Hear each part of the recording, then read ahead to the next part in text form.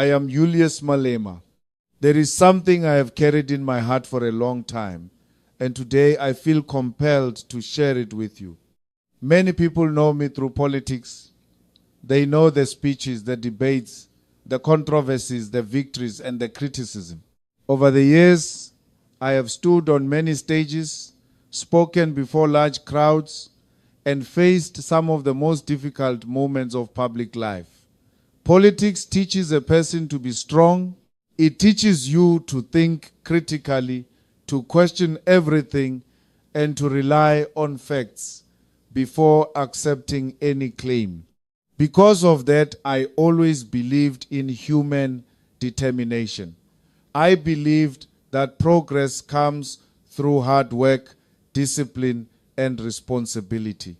When people spoke about miracles, supernatural encounters, or extraordinary interventions from God, I listened respectfully, but deep inside I remained cautious. One question followed me for many years. Are miracles real? Can the things we read about in the Bible still happen today? Can Jesus truly speak to people in our modern world?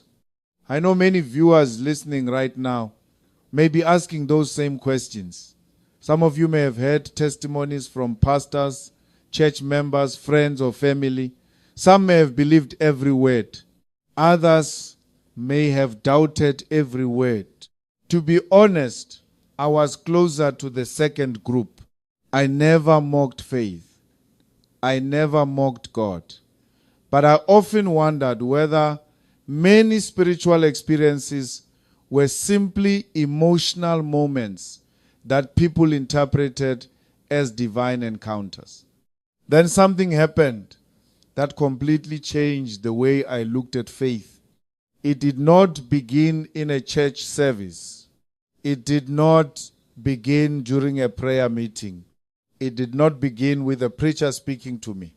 It began with a dream so vivid that even today I can remember every detail as clearly as if it happened yesterday. What shocked me even more was what happened afterward in real life. That is where this story truly begins. It happened during the summer of 2025. I was at my home in Johannesburg. It had been an exhausting period filled with meetings, travel, and responsibilities. Like many nights, I went to bed thinking about work and the challenges that still lay ahead. Sometime during the early hours of the morning, I had a dream unlike anything I had ever experienced before. I remember waking later and checking the clock. It was approximately 3:15 in the morning. My body was trembling slightly. My clothes were damp with sweat. For several moments, I simply sat on the edge of my bed trying to understand what I had just seen. In the dream, I was standing alone in a vast open field. The entire landscape was covered with a brilliant white light. It was not the harsh light of the sun. It was softer, purer, and more peaceful than anything I had ever witnessed. There were no buildings, no roads, and no sounds of the world around me. Everything felt completely still. Then I saw a man standing some distance away. He was wearing a long white robe. As he moved closer, I noticed something extraordinary about him. His face carried deep peace, yet his eyes held an authority that is difficult to describe with human words. There was kindness in his presence, but there was also a sense of truth that seemed impossible to escape. As I looked at him, a certainty filled my heart. I believed I was standing before Jesus. Before I could speak, he called my name, Julius. The way he spoke, it remains unforgettable. It was neither a command nor a rebuke. It felt like the voice of someone who knew everything about me and yet still loved me. At that moment, I felt both comforted and exposed. Then he spoke words that shook me deeply. Julius, you have heard much about me, but you do not truly belong to me. The words were not angry. They were calm, yet they pierced my heart. Before I could respond, he continued, "Be baptized and become my child." I stood there in silence. The field around us seemed to disappear. Then another image appeared before me. I saw water flowing across the landscape. It was unlike any river I had ever seen. The water shone like crystal. It seemed alive with light. Every movement of it reflected purity and peace. I could not take my eyes off it. The image remained before me for several moments. Then everything faded. The dream ended.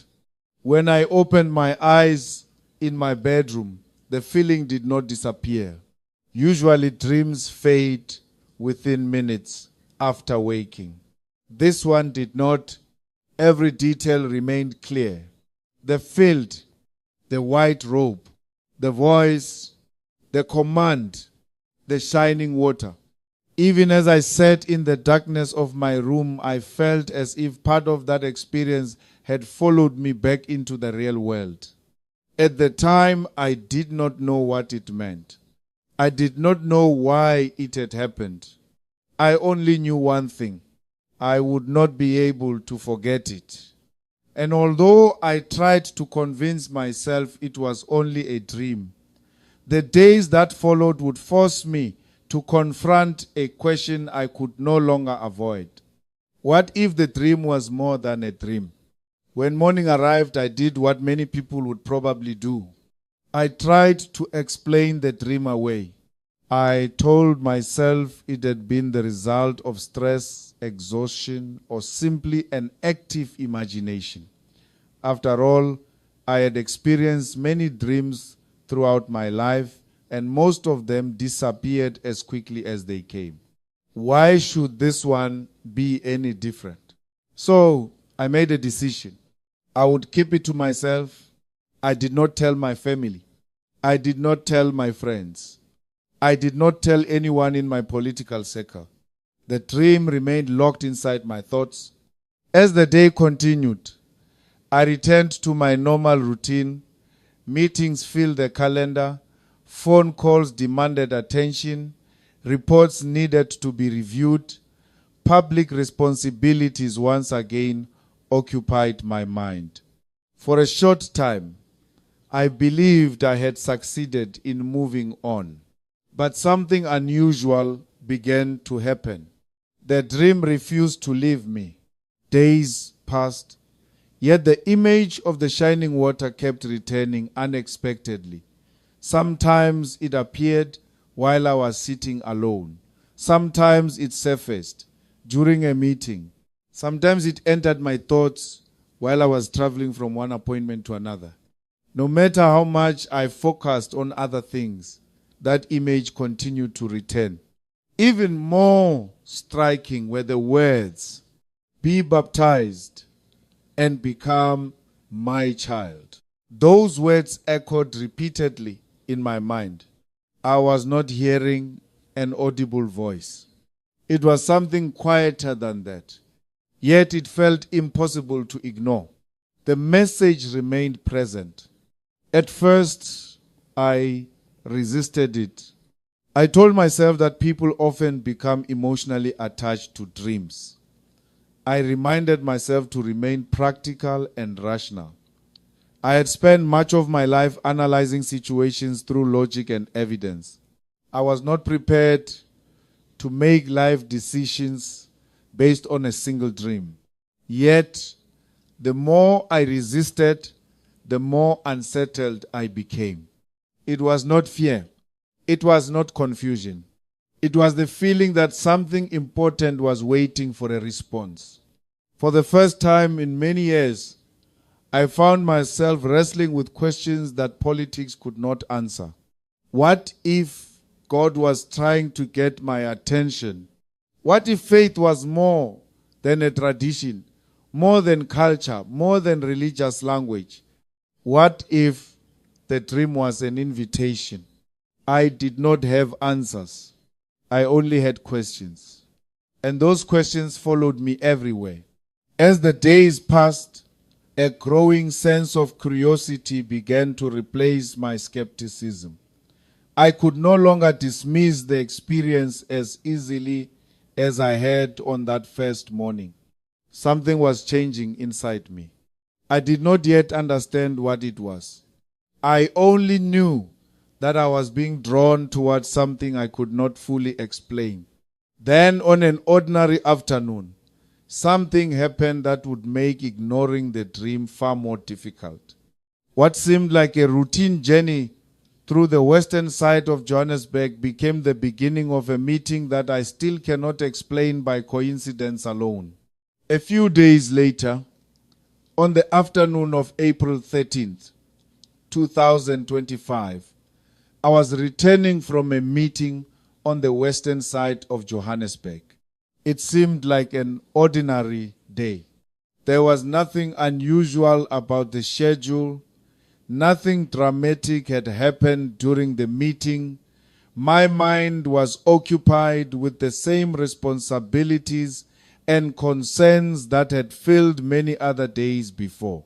As our vehicle moved through the Rudeport area, I looked out the window without paying much attention to the streets around me. Then something caught my eye. It was a small church. I cannot tell you exactly why I noticed it. I had probably passed dozens of churches throughout my life without giving them a second thought. Yet this one immediately drew my attention. The building itself was simple. There was nothing impressive about it from an architectural standpoint. No large crowd stood outside. No signs of a major event were visible. A few modest rows of seats could be seen through the entrance. What stood out was the name, Grace Revival Church. As soon as I read those words, an unexpected feeling rose within me. It is difficult to describe. It was not emotion in the ordinary sense. It felt more like a strong inner prompting. The dream suddenly came back to my mind. The shining water, the voice, the call to be baptized. For several moments I remained silent. Then I heard myself say something that surprised even me. Please stop the car. The driver looked at me briefly but did as requested. When the vehicle came to a halt, I sat there for a moment, wondering why I had asked to stop. Part of me wanted to continue the journey and forget the whole thing. Another part of me felt an unusual pull toward that small church. Finally, I stepped out. The afternoon air was warm and quiet. As I walked toward the entrance, I felt the same strange mixture of uncertainty and peace that had stayed with me since the dream. I had no appointment. No one was expecting me. I did not know who would be inside. I simply walked through the door. The church was nearly empty. A few people were arranging chairs and preparing for an upcoming service. The atmosphere was calm and welcoming. As I stood there looking around, I had the unmistakable feeling that I was exactly where I was supposed to be. At the time, I did not understand why. I did not know what would happen next. I only knew that a series of events had brought me from a dream in the middle of the night to the doorway of a church I had never planned to visit. Looking back now, I believe that was the moment when I stopped running from the questions in my heart. I had spent days trying to dismiss what I had experienced. But standing inside that small church, I could no longer pretend that nothing was happening. Something bigger than my own plans seemed to be unfolding. And waiting inside that building was a conversation that would change the direction of my life. It was a conversation with a pastor who would respond to my story in a way I never expected. Instead of questioning me, doubting me, or dismissing what I had experienced, he would say something that made me realize the dream might have been far more significant than I had imagined. Inside the church, I was greeted by a man whose presence immediately put me at ease. His name was Pastor Daniel Mokwena. He appeared to be in his early 60s. His hair was silver, his frame was slender, and his face carried the kind of quiet kindness that comes from many years of serving people. There was nothing flashy about him, nothing that suggested fame or influence. Yet there was a calmness in him that I found difficult to ignore. We exchanged greetings and sat down together. At first, the conversation was simple. He asked how I was doing. I asked about the church. We spoke about the community and the challenges many families were facing. But the entire time, the dream remained on my mind. Finally, I decided to tell him. I explained everything from the beginning. I told him about waking before dawn. I described the field of white light. I told him about the man in the white robe. I repeated the words that had been spoken to me. Be baptized and become my child. I spoke about the crystal-like water and about how the dream had continued to trouble my thoughts long after I woke up. When I finished, I expected questions. I expected skepticism. I expected him to challenge my interpretation. Instead, something happened that surprised me. He was not shocked at all. He simply listened. When I finished speaking, he remained silent for a few moments before opening his Bible. There was no excitement in his reaction, no attempt to impress me, no dramatic declarations, only calm confidence. He turned several pages and began explaining the biblical meaning of baptism. He spoke about repentance. He spoke about obedience. He spoke about publicly identifying oneself with Christ. Most importantly, he spoke about God's ability to call people in unexpected ways. Then he said words I will never forget. Sometimes God speaks very directly to people. His voice remained gentle. The important question is not how he speaks. The important question is whether we respond. Those words settled deeply into my heart. For days, I had been focused on understanding the dream. I wanted certainty. I wanted explanations. I wanted proof. But Pastor Daniel shifted my attention to something else entirely.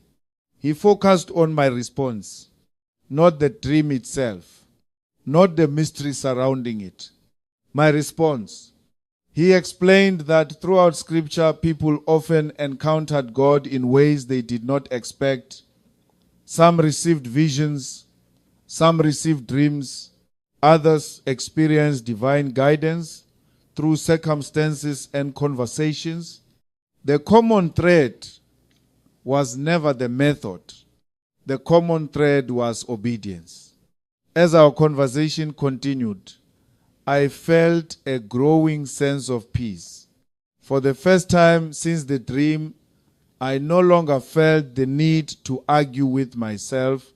I no longer felt trapped between belief and skepticism. I simply felt invited to seek God more sincerely. Before I left, Pastor Daniel gave me one piece of advice. He did not pressure me. He did not urge me to make an immediate decision. Instead, he said something wise. Spend time in prayer. Ask God for clarity, then follow where he leads. I appreciated that. There was no manipulation, no agency, no attempt to force an outcome, only an invitation to listen. As I walked back to the vehicle that afternoon, I felt different. The questions had not completely disappeared, but something had changed. For the first time, I was no longer trying to escape them. I was willing to explore them.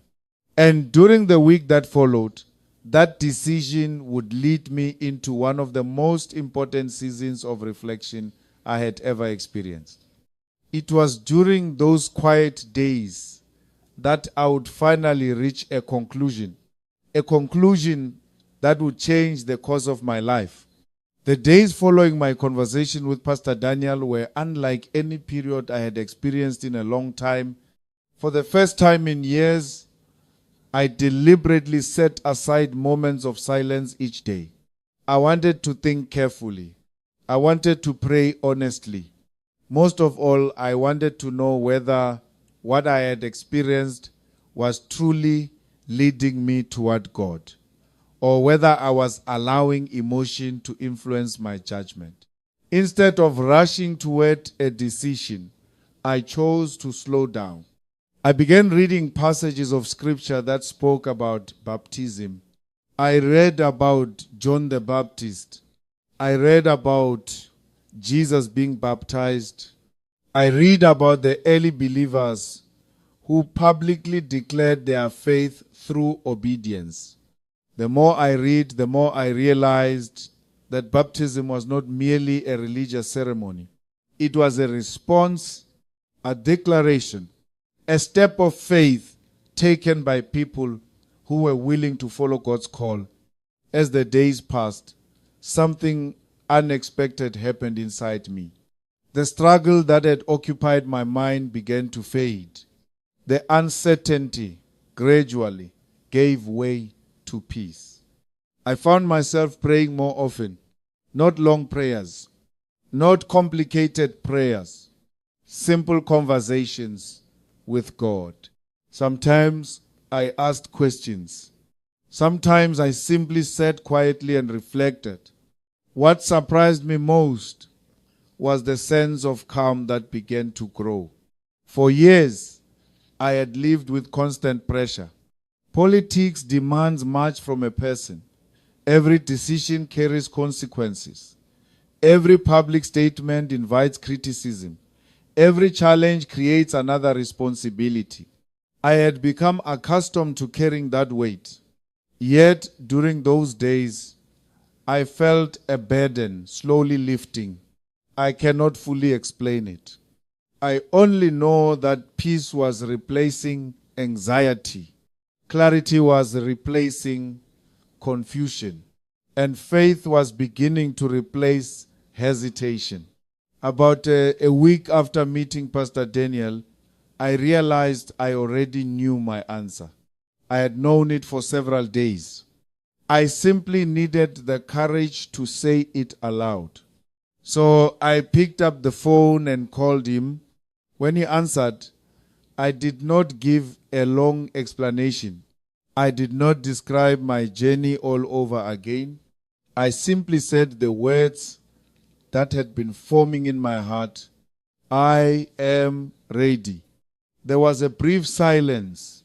Then I heard warmth in his voice.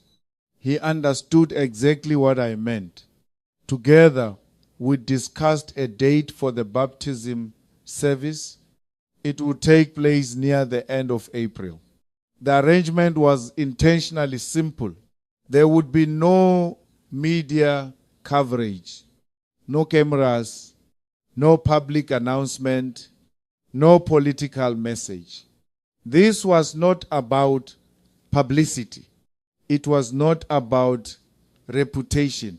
It was not about creating a story for others to discuss. It was about a personal decision before God. The more I thought about it, the more grateful I became for that simplicity. In a world where so much is performed before an audience, this moment would belong to God alone. Only a small group of people would attend. People who genuinely cared. People who understood the significance of the decision. As the day approached, I felt something I had not expected. I was not nervous. I was not afraid. Instead, I felt anticipation. Not because I expected something dramatic to happen, not because I expected a miracle, but because I believed I was finally responding to a call that had begun with a dream and had followed me through every step since then. Looking back now, I understand something important. The decision itself was already changing me. Before I ever stepped into the water, my heart was being transformed. Before the baptism took place, I had already begun learning the value of surrender. And what happened on the day of the baptism would reveal just how powerful that surrender could be. The ceremony was simple, yet it became one of the most unforgettable moments of my entire life. The day of the baptism finally arrived. It was a quiet day near the end of April. There were no reporters waiting outside, no television cameras, no political supporters gathering nearby, no large audience expecting a speech. In many ways, it was the opposite of the public events that had filled much of my life. And that was exactly what made it so meaningful. A small group of people gathered at Grace Revival Church. Some were members of the congregation, others were close friends who had been invited to share the moment. The atmosphere was peaceful and sincere. Behind the church was a baptismal pool.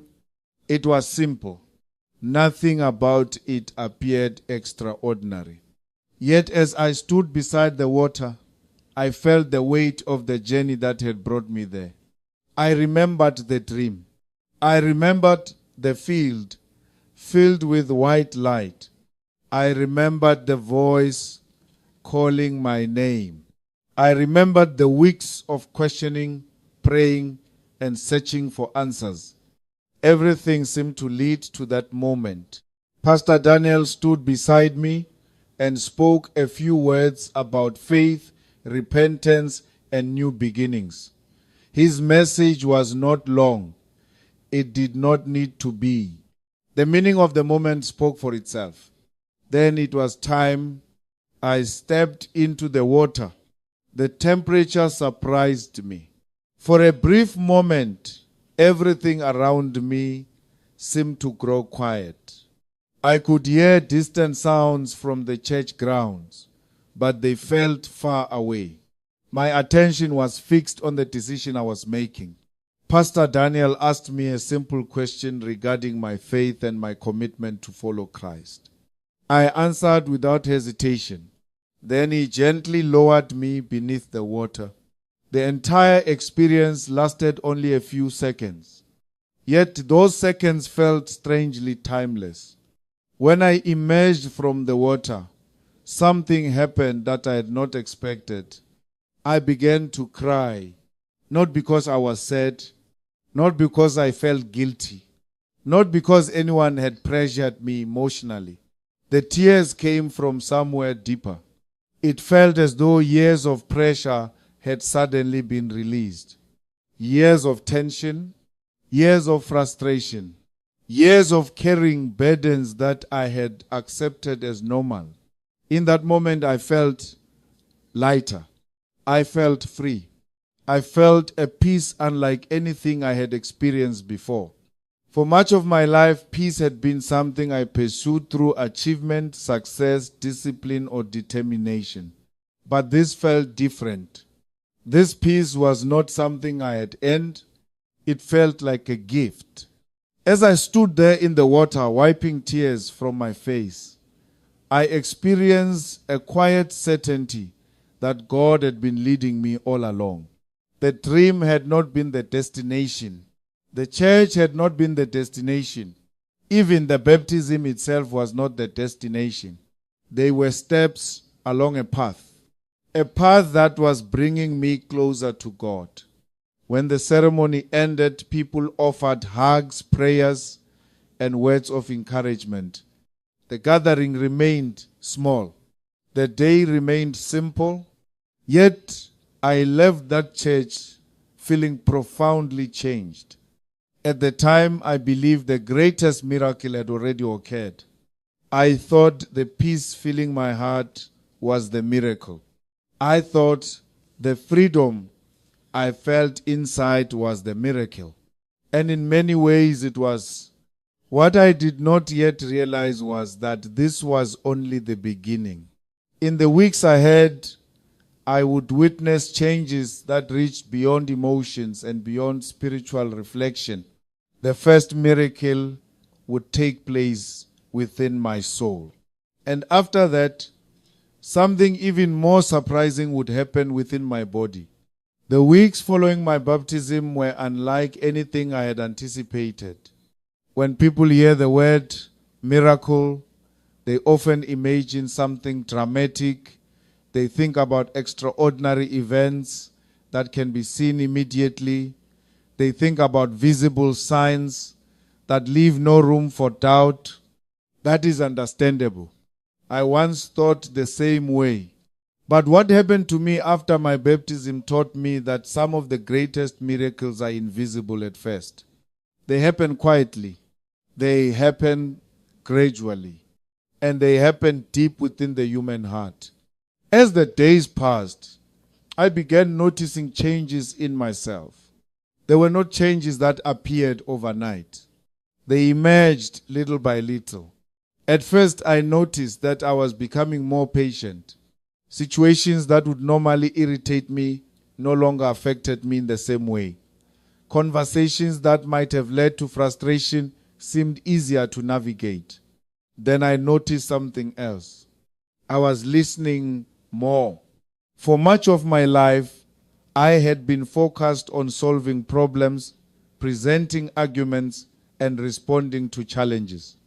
Those skills are necessary in public life.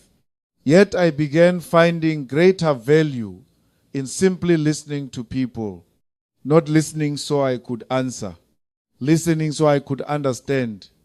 The change surprised me. I also discovered that my view of others was shifting. Instead of immediately judging people based on disagreements, I found myself looking for common humanity first. I became more aware of the struggles people carried, more aware of their fears, disappointments, and hopes. Compassion was replacing impatience. Understanding was replacing anger. Even my family began to notice. Several people close to me commented that I seemed calmer. They said I appeared more relaxed. They observed that I was slower to become upset and quicker to hear what others had to say. At first, I dismissed those observations, but eventually I realized they were correct. Something inside me had changed. The anxieties that had followed me for years were no longer dominating my thoughts. The constant tension I had accepted as part of life was steadily losing its grip. For the first time in a very long time, I felt settled, not because my responsibilities had disappeared, not because the world had suddenly become easier. The challenges were still there. The demands were still there. But my relationship with those pressures had changed. Instead of carrying everything alone, I had begun placing my trust in God. That trust created a peace I cannot fully describe. One evening, while reflecting on the changes taking place, a realization came to me. The first miracle had already happened. It was not external. It was internal. The miracle was not something I could hold in my hand or display to others. The miracle was a transformed heart. For years, I had searched for evidence that God was real. I had wondered whether miracles still happened in modern times. Yet here I was witnessing a miracle within myself. A change that no political strategy could produce. A change that no achievement could create. A change that began when I responded to God's call Looking back now, I believe that inner transformation was one of the greatest gifts I have ever received. It affected every area of my life. My relationships improved. My perspective improved. My sense of purpose deepened. And for a while, I thought that was the full extent of the miracle. I thought God's work in my life was limited to what had happened in my heart. I was grateful for that. It would have been enough. But God was not finished. A second miracle was about to unfold. This time, it would involve something I had struggled with physically for many years. And when it happened, it left me completely astonished. As grateful as I was for the peace and transformation I experienced after my baptism, there was another struggle I had carried for many years. It was physical. Long before the dream, long before the baptism, and long before my encounter with Pastor Daniel, I had been dealing with chronic pain in my right leg. The problem involved my Achilles tendon. Anyone who has experienced a persistent tendon injury understands how frustrating it can be. Some days the pain is manageable, other days it becomes impossible to ignore. For me, it had become a regular part of life. Walking long distances could be uncomfortable. Standing for extended periods often increased the pain. Certain movements reminded me that the problem was still there. Over the years, I sought treatment. I consulted medical specialists. I followed professional advice. I attended physical therapy sessions. I used medication when necessary. At times, the condition improved. Then it would return. The cycle repeated itself again and again. Eventually, I accepted it as something I would simply have to live with. That is why what happened after my baptism surprised me so much. Approximately 2 weeks later, I noticed something unusual. One morning, I realized I had not felt any pain. At first, I did not think much about it. Perhaps it was simply a good day. Perhaps the discomfort would return by evening, but it did not. The following day remained pain-free. Then another day passed, and another. Soon, curiosity replaced caution. I decided to test the situation. I walked farther than usual. Still no pain. I climbed stairs repeatedly. Still no pain. I stood for extended periods during public engagements. Still no pain.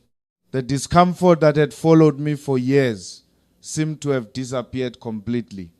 I remember stopping one afternoon and thinking about it carefully. I tried to find a logical explanation. Perhaps a delayed improvement from previous treatment.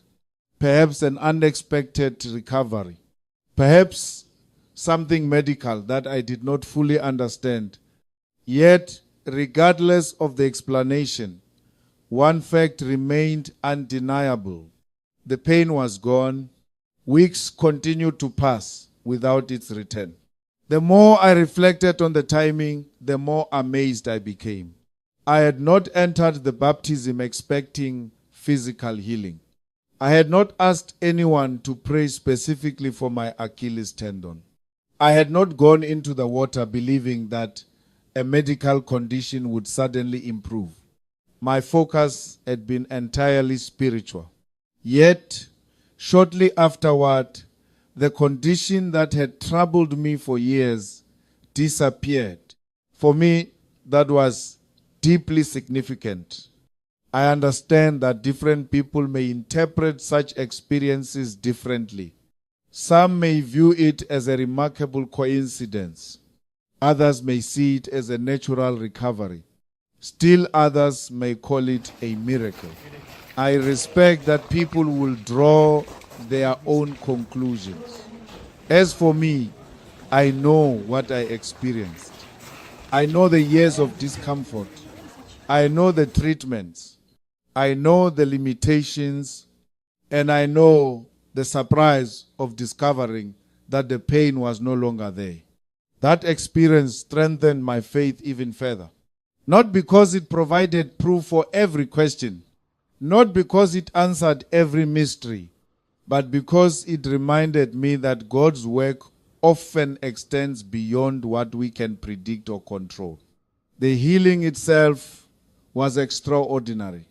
Yet the lesson behind it may have been even greater. God had first healed something inside me before addressing something physical. He transformed my heart before touching my body. And through both experiences, He taught me that His plans are often far greater than our expectations. What began as a dream had become a journey that changed my faith, my outlook, and my understanding of what is possible when we respond to God's call. And as I reflect on everything that happened, there is one final message I want to leave with everyone listening today. As I bring this story to a close, I want to be very clear about why I have shared it. I am not telling this story to win an argument. I am not telling it to debate theology. I am not telling it to convince anyone against their will. Every person must make their own journey of faith. Every person must reach their own conclusions. I can only share what I experienced. What began as an unusual dream became one of the most important chapters of my life. A dream led me to questions. The questions led me to a church. The church led me to a conversation. The conversation led me to prayer. Prayer led me to baptism. And baptism opened the door to changes that I never expected. When I look back now, I realize that God often speaks in ways that are far quieter than we imagine. Sometimes it is a dream. Sometimes it is a conversation. Sometimes it is a small reminder that refuses to leave our thoughts. Sometimes it is an unexpected meeting. Sometimes it is a door that opens when we least expect it. The challenge is not whether God is capable of speaking. The challenge is whether we are willing to listen. For a period of time, I ignored the call. I convinced myself that the dream meant nothing. I tried to continue with life as usual. Yet, the invitation remained. Looking back, I am grateful that I eventually responded, because I learned something that no book alone could teach me. Faith is more than information. Faith is more than tradition. Faith is more than knowledge. Faith is a response. It is the decision to trust God when He calls. It is the willingness to take a step forward, even when we do not fully understand where that step will lead. Perhaps someone listening today is experiencing something similar. Maybe God has been speaking to your heart through circumstances you cannot explain. Maybe there is a conversation you cannot forget. Maybe there is a conviction that keeps returning. Maybe there is a door standing open before you right now. If that is you, I encourage you not to dismiss it too quickly. Take time to pray. Take time to listen. Take time to see God sincerely. You may discover that what appears to be a small moment is actually the beginning of a much greater journey. And if this story has encouraged you in any way, I would love for you to share your thoughts and experiences. Many people carry questions, doubts, and struggles in silence. Sometimes hearing another person's testimony gives them the courage to take their own next step. After everything I have experienced, I understand something more clearly than ever before. There is no power that lasts if it does not serve people. Wealth, position, and influence cannot give dignity to a nation if ordinary people continue to live in injustice, poverty, and division. Our world faces many challenges today. We see conflict, inequality, fear, and suffering in many places. My prayer is for a better future for South Africa, for the people of the United States, and for everyone around the world who longs for peace, justice, and hope. Let us reject selfishness and endless greed. Let us stand against injustice, oppression, and every force that seeks to divide human beings. Let us build communities founded upon respect, unity, compassion, and responsibility toward future generations. No matter how difficult circumstances may become, please do not lose faith in the future. Every nation possesses the ability to change its destiny when its people unite around what is right. I believe Africa will rise. I believe justice will prevail. I believe hope will remain with those who refuse to surrender their dreams of a better world.